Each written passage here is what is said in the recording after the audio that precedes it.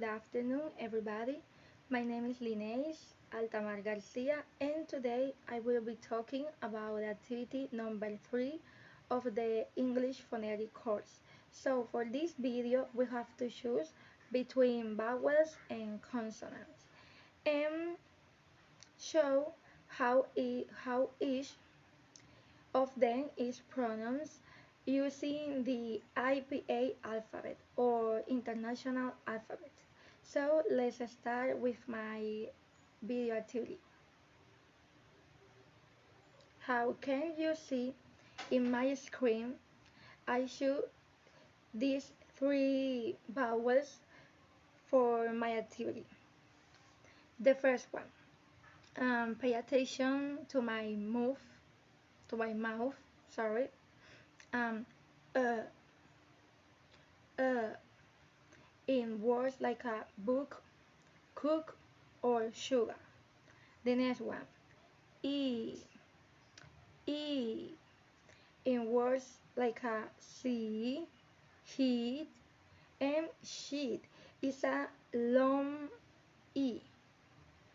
And the last one, R, R, in words like a fall, part, heart. Let's continue. Voiced consonant sounds. They are consonant or voiceless consonant sounds because when pronouncing them, only A comes out of our mouth, except for the other consonant that I choose, which is B, which is part of the group of consonants with a vowel sound. It's different of the rest of consonants that I choose. Let's continue.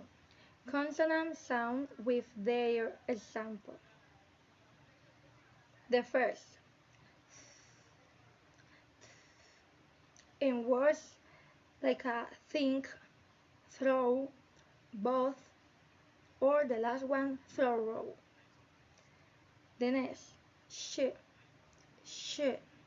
in the words check, cheese, and the last one, church.